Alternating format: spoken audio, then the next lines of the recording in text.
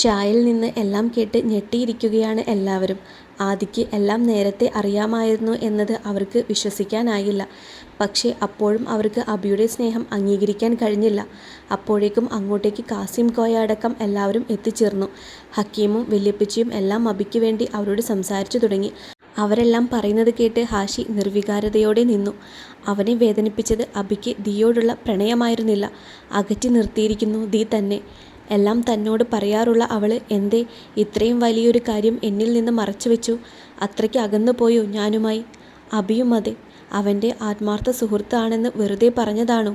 ഇത്രയും വർഷം അവൻ്റെ മനസ്സിലുള്ളത് എന്താണെന്ന് പറയാത്തതെന്തേ? ഹാഷിക്ക് സ്വയം അവനോട് തന്നെ പുച്ഛം തോന്നി. തൻ്റെ പ്ലാനുകളെല്ലാം കീഴ്മേൽ മറിയുന്നത് നോക്കിക്കാണുകയായിരുന്നു ഹന. എല്ലാം എല്ലാവർക്കും അറിയാം, ഇത്തയ്ക്കും അറിയാം അബി അവളെ സ്നേഹിക്കുന്നത്. എന്നിട്ടും എന്തേ അവനെ തടഞ്ഞില്ല? അതിനർത്ഥം അവളും തിരിച്ചിഷ്ടപ്പെടുന്നു എന്നാണോ? ഇത്രയും നേരം എന്തിനു വേണ്ടിയാണോ കഷ്ടപ്പെട്ടത് അതെല്ലാം വെറുതെയായി. അബിയോട് വെറുപ്പ് നിറഞ്ഞു നിന്നിരുന്ന മുഖങ്ങളിൽ ഇപ്പോഴത് കാണാൻ കഴിയുന്നില്ല. തന്നെക്കുറിച്ച് ആരും ഓർക്കുന്നു പോലുമില്ല. ആ സമയത്ത് ഷാക്ക് ഒരു കോൾ വന്നു. അതിലൂടെ അറിഞ്ഞ കാര്യം കേട്ടതും എല്ലാവരും നടുങ്ങിപ്പോയി. ഹന ചുമരോട് ചേർന്ന് നിലത്തേക്ക് ഊർന്നിരുന്നു.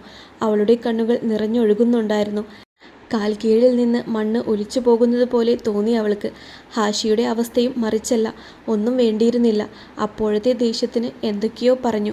അബിക്ക് മനസ്സ് വല്ലാതെ വേദനിച്ചു കാണും. ഉമ്മ അവനെ ഇറക്കിവിടുമ്പോൾ അവൻ തന്നെ നോക്കിയ നോട്ടം ഹാഷിക്ക് തൻ്റെ കൺമുന്നിൽ കാണുന്നത് പോലെ തോന്നി. ഐസിയുവിൻ്റെ മുന്നിൽ ഇരിക്കുന്ന ആദിയെ എല്ലാവരും വേദനയോടെ നോക്കി.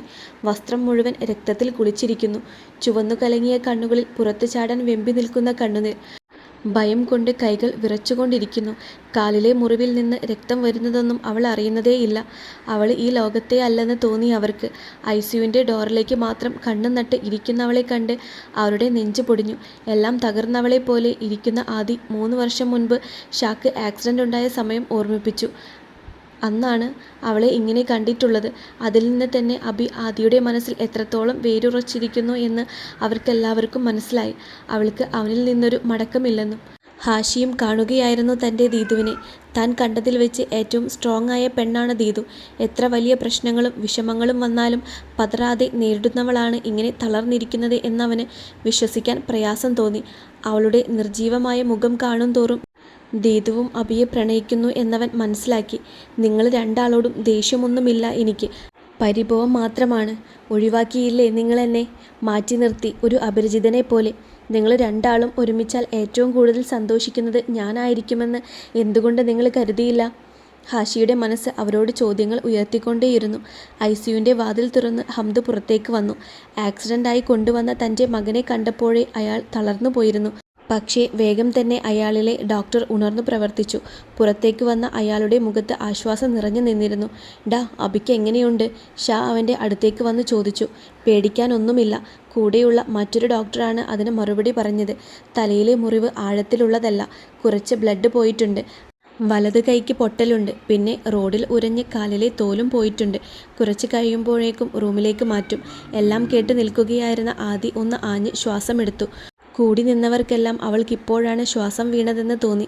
അവൾ എഴുന്നേൽക്കാൻ നോക്കിയതും കണ്ണിൽ ഇരുട്ട് കയറി നിലത്തേക്ക് കുഴഞ്ഞു വീണു. ആദി കണ്ണു തുറന്നതും കണ്ടത് മുന്നിൽ നിൽക്കുന്ന ഡോക്ടറെയാണ്. കാലിലെ മുറിവിൽ സ്റ്റിച്ച് പൊട്ടി ബ്ലഡ് ഒരുപാട് പോയിട്ടുണ്ട്. അതുകൊണ്ടാ ഫെയിൻ്റ് ആയത്. മുറിവ് ഡ്രസ് ചെയ്തിട്ടുണ്ട്. ഇനി ശ്രദ്ധിക്കണേ, ടേക്ക് റെസ്റ്റ്. അയാൾ പോയതും ആദി ഷായ്ക്ക് നേരെ തിരിഞ്ഞു. അബി സെഡേഷൻ കൊടുത്തിരിക്കുകയാണ്. ഉണരുമ്പോൾ റൂമിലേക്ക് മാറ്റും. അവൾ ആശ്വാസത്തോടെ ബെഡിലേക്ക് തന്നെ അമർന്നു കിടന്നു. പെട്ടെന്നാണ് അവൾക്ക് ഹാഷിയെ ഓർമ്മ വന്നത്. അവനെ നോക്കിയപ്പോൾ അവൻ നിലത്തേക്ക് തന്നെ നോട്ടമിട്ട് ഇരിക്കുകയായിരുന്നു. എനിക്കൊന്ന് പുറത്തേക്ക് പോകണം. ഇപ്പോഴോ? വേണ്ട. എന്തിനാ ഇപ്പോൾ പുറത്തേക്ക് പോകുന്നത്? നല്ല ക്ഷീണമുണ്ട് നിനക്ക്. മാത്രമല്ല അബിയെ കാണണ്ടേ നിനക്ക്? ഷാ അവളെ എതിർത്തതും അവൾ കണ്ണുകൊണ്ട് ഹാഷിയെ അവന് കാണിച്ചു കൊടുത്തു. അത് കണ്ടതും ഷാക്ക് മനസ്സിലായി ഹാഷിയുമായി സംസാരിക്കാനാണ് അവൾക്ക് പുറത്തേക്ക് പോവേണ്ടത് എന്ന്. പിന്നെയും സംശയത്തോടെ നിൽക്കുന്ന ഷായെ കണ്ട് പ്ലീസ് വാപ്പച്ചി, ഹാഷി ഉണ്ട് കൂടെ. അത് കേട്ടാണ് ഹാഷി തല ഉയർത്തി നോക്കിയത്. പ്ലീസ് ഹാഷി, എന്നെ ഒന്ന് കൊണ്ടുപോവോ? ശരി, പക്ഷേ വേഗം തിരിച്ചു വരണം. അതിനവൾ ഷായോട് സമ്മതിച്ചതും ഹാഷി വന്ന് അവളെ കൈകളിൽ കോരിയെടുത്ത് പുറത്തേക്ക് നടന്നു. പുറത്തേക്ക് നടക്കുമ്പോഴും കാറിൽ ഇരിക്കുമ്പോഴും ഹാഷി അവളോട് ഒന്നും മിണ്ടിയില്ല, മുഖത്തേക്ക് പോലും നോക്കിയില്ല. ആദി പറയുന്ന വഴികളിലൂടെ കാർ ഓടിച്ച് അവരൊരു വീടിന് മുന്നിൽ വന്നു നിന്നു. ഇവിടെ എന്താ കാര്യം എന്ന സംശയത്തോടെ ഹാഷി ആദിയെ നോക്കി. വാ പറയാം. ആദി കൊടുത്ത കീയുമായി അവനാ വീട് തുറന്ന് അവളെ എടുത്ത് അകത്ത് കയറി. ഹാഷിയുടെ കണ്ണുകൾ അത്ഭുതം കൊണ്ട് വികസിച്ചു വന്നു. ആ വീട് മുഴുവൻ തൻ്റെ ദീതുവിൻ്റെ ഫോട്ടോസും പെയിൻറ്റിങ്സും കൊണ്ട് നിറഞ്ഞിരിക്കുന്നു. പല രൂപത്തിൽ, പല ഭാവത്തിൽ. ആദ്യം അവനെ ഒരു റൂമിലേക്ക് കൊണ്ടുപോയി. അവിടെ ഷെൽഫിൽ നിന്നും അവനൊരു ഡയറി എടുത്തു കൊടുത്തു. അവനത് വായിക്കാൻ തുടങ്ങി. അവൻ അറിയുകയായിരുന്നു ദി അഭിക്ക് ആരായിരുന്നു എന്ന്, എന്തായിരുന്നു എന്ന്. അവൻ്റെ തന്നെ വാക്കുകളിലൂടെ. വായിച്ചു തീർന്നതും അവൻ ആദിയുടെ അടുത്ത് വന്നിരുന്നു. എന്തിനാ ഇപ്പോൾ ഇതൊക്കെ എനിക്ക് കാണിച്ചു തന്നത്? അഭിയെ ജസ്റ്റിഫൈ ചെയ്യാൻ ശ്രമിക്കുകയാണോ? ഞാൻ നിങ്ങളുടെ പ്രണയത്തിന് എതിരാവില്ല, അതോർത്ത് വിഷമിക്കേണ്ട. ആദ്യം ഒന്നും മിണ്ടാതെ അവൻ്റെ മുഖത്തേക്ക് നോക്കി. അവിടെ പരിഭവം നിറഞ്ഞു നിൽക്കുന്നത് കണ്ടപ്പോൾ അവൾക്ക് ചിരിയാണ് വന്നത്. ഹാഷി, നിനക്കിതൊക്കെ കണ്ടപ്പോൾ എന്താണോ തോന്നിയത് അത് തന്നെയാണ് എനിക്കും ഉണ്ടായത്. അഭി എന്നെ പ്രണയിക്കുന്നു എന്നറിഞ്ഞപ്പോൾ ഞാൻ ഷോക്കായി പോയി. എന്ത് ചെയ്യണം എന്ന് ഒരു രൂപവും ഉണ്ടായിരുന്നില്ല. പിന്നെ വല്യപ്പച്ചിയുടെയും വാപ്പയുടെയും ഒക്കെ അഭിപ്രായം ആയിരുന്നു that's I should give him A chance. അവനോട് അത്തരമൊരു ഫീലിങ്സ് ഉണ്ടാവുമെന്ന് എനിക്ക് യാതൊരു ഉറപ്പും ഉണ്ടായിരുന്നില്ല. അങ്ങനെയുള്ളപ്പോൾ ഞാൻ എങ്ങനെയാണ് ഇതൊക്കെ നിന്നോട് പറയുന്നത്? ഹാഷി, എനിക്കവനെ സ്നേഹിക്കാൻ കഴിഞ്ഞില്ലെങ്കിൽ എന്നെയും നിന്നെയും ഒരുപോലെ അവന് നഷ്ടപ്പെടാൻ അതൊരു കാരണമാവില്ലേ? അതുകൊണ്ടാണ് ഞാൻ ഇതുവരെ നിന്നോട് ഒന്നും പറയാതെ ഇരുന്നത്. അവൻ ആഗ്രഹിക്കുന്നത് എന്നിൽ നിന്നും കിട്ടിയില്ലെങ്കിൽ നിന്റെ സൗഹൃദം കൂടി അവന് നഷ്ടമാവരുത് എന്ന് കരുതി. തൻ്റെ മനസ്സിലെ പരിഭവം തിരിച്ചറിഞ്ഞ് അത് മാറ്റുന്നവളെ അവൻ പുഞ്ചിരിയോടെ നോക്കി. സോറിടാ, ദീതുവിൻ്റെ കുട്ടി ഇനി എന്നോട് മിണ്ടാതിരിക്കില്ലേടാ പ്ലീസ്, അവളെ ചെവിയിൽ പിടിച്ച് പറഞ്ഞു. ഞാൻ കരുതി എന്നേക്കാളും നിനക്ക് മറ്റുള്ളവരാണ് പ്രധാനമെന്ന്, അതുകൊണ്ടാണ് എന്നോട് മാത്രം പറയാതിരുന്നത് എന്ന്. കൊച്ചുകുട്ടികളെ പോലെ മുഖം വീർപ്പിച്ചിരിക്കുന്ന അവനെ കണ്ട് അവൾക്ക് വല്ലാത്ത വാത്സല്യം തോന്നി. നീയാണ് എനിക്ക് ഏറ്റവും ഇമ്പോർട്ടൻ്റ്. അതുകൊണ്ട് ഞാൻ ആരോടും പറയാത്ത ഒരു കാര്യം ഇപ്പോൾ നിന്നോട് പറയാം, ഓക്കെ? അവൻ്റെ മുഖം കൈക്കുമ്പിളിൽ എടുത്ത് അവൾ പറഞ്ഞു. നിനക്കും അവനെ ഇഷ്ടമാണെന്നല്ലേ എനിക്കറിയാം. ഏയ്, നിനക്കെങ്ങനെ മനസ്സിലായി? എനിക്ക് മാത്രമല്ല, ഇന്ന് ഹോസ്പിറ്റലിൽ ഉണ്ടായിരുന്ന എല്ലാവർക്കും മനസ്സിലായി കാണും. നിനക്ക് ജീവനുണ്ടോ എന്ന് പോലും അറിയാൻ കഴിയുന്നുണ്ടായിരുന്നില്ല. ആദി കുറച്ചു നേരം മിണ്ടാതെയിരുന്നു.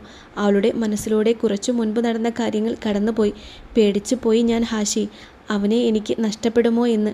രക്തത്തിൽ കുളിച്ച അവൻ്റെ മുഖം കണ്ട് എന്ത് ചെയ്യണമെന്നറിയാതെ ആ കുറച്ച് സമയം ഞാൻ എന്തൊക്കെയാണ് ചെയ്തത് എന്ന് എനിക്ക് തന്നെ അറിയില്ല. വിളിച്ചിട്ടും അവൻ മിണ്ടുന്നില്ല. അവനെ കാറിൽ കയറ്റി കൊണ്ടുപോകുമ്പോൾ ഒരു തുള്ളി ജീവനെങ്കിലും ബാക്കിയാക്കി എനിക്ക് തന്നാൽ മതിയെന്നായിരുന്നു പ്രാർത്ഥിച്ചിരുന്നത്.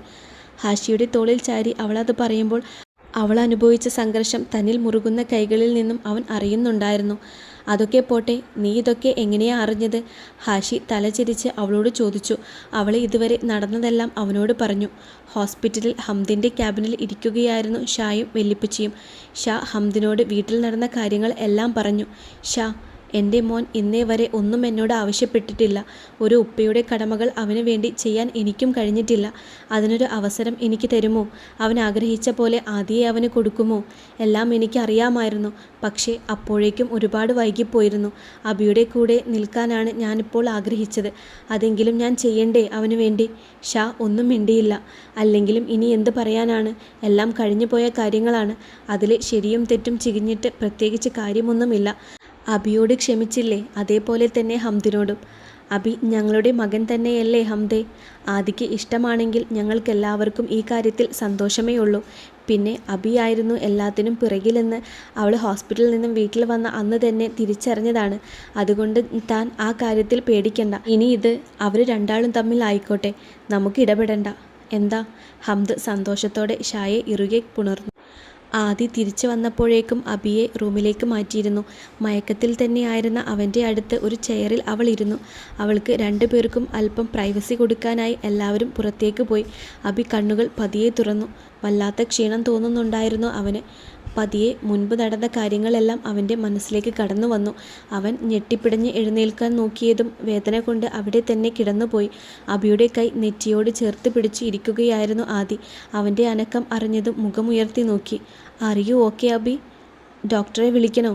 അവളുടെ വെപ്രാളം നിറഞ്ഞ മുഖത്തേക്ക് അവൻ അല്പനേരം നോക്കി നിന്നു. പുറത്തേക്ക് പോകാനൊരുങ്ങിയ അവളുടെ കയ്യിൽ പിടിച്ച് അവൻ തന്നിലേക്ക് വലിച്ചു. എന്താ എന്താ അബി, വേദനയുണ്ടോ? അവൻ്റെ ദേഹം തലോടി അവൾ ചോദിച്ചു. അബി എഴുന്നേറ്റിരുന്ന് അവളുടെ വയറിൽ മുഖം പുഴുത്തി ഇറുകെ പുണർന്നു. ആർക്കും വിട്ടുകൊടുക്കില്ല എന്ന രീതിയിൽ അവൻ്റെ കൈകൾ വീണ്ടും വീണ്ടും അവളിൽ മുറുകുന്നുണ്ടായിരുന്നു. എന്നെ വിട്ടു പോവല്ലേ ആദി, നീയില്ലാതെ എനിക്ക് പറ്റില്ല. എന്നും എൻ്റെ കൂടെ ഉണ്ടാകുമെന്ന് നീ എനിക്ക് പ്രോമിസ് ചെയ്ത് തന്നതല്ലേ? തന്നെ ഇറുക്കിപ്പിടിച്ച് പറയുന്ന അബിയെ കണ്ട് അവൻ ഇപ്പോഴും ആ 6 വയസ്സുള്ള കൊച്ചുകുട്ടി തന്നെയാണെന്ന് തോന്നി അവൾക്ക്. എനിക്കറിയാം നിനക്കെന്നോട് ദേഷ്യമാകുമെന്ന്. നിന്നെ ഒരിക്കലും നഷ്ടപ്പെടാതിരിക്കാനാ, അധികാരത്തോടെ എൻ്റേതെന്ന് പറഞ്ഞ് ചേർത്ത് നിർത്താനാ ഞാൻ ഇതൊക്കെ ചെയ്തത്. സ്നേഹിച്ചു പോയി ആദി ഞാൻ നിന്നെ. എന്നെ വേണ്ടെന്ന് പറയല്ലേടാ. നീയില്ലാതെ ജീവിക്കാൻ കഴിയില്ല എനിക്ക്. ആദി അവൻ്റെ കൈകൾ പിടിച്ചു മാറ്റി അവനടുത്തായി ബെഡിലിരുന്നു. റിലാക്സ്, എനിക്കറിയാം, എല്ലാം അറിയാം. നമുക്കിതിനെക്കുറിച്ച് പിന്നെ സംസാരിക്കാം. ഇപ്പോൾ നീ റെസ്റ്റ് എടുക്ക്. അവൻ്റെ മുഖം കയ്യിലെടുത്ത് അവൾ പറഞ്ഞു. എന്നോട് വെറുപ്പാണോ ആദി? അതിനവൾ അവൻ്റെ മുഖത്തേക്ക് നോക്കി ഒന്ന് പുഞ്ചിരിച്ചു. ശേഷം മുഖമുയർത്തി അവൻ്റെ നെറ്റിയിൽ അമർത്തി ചുംബിച്ചു.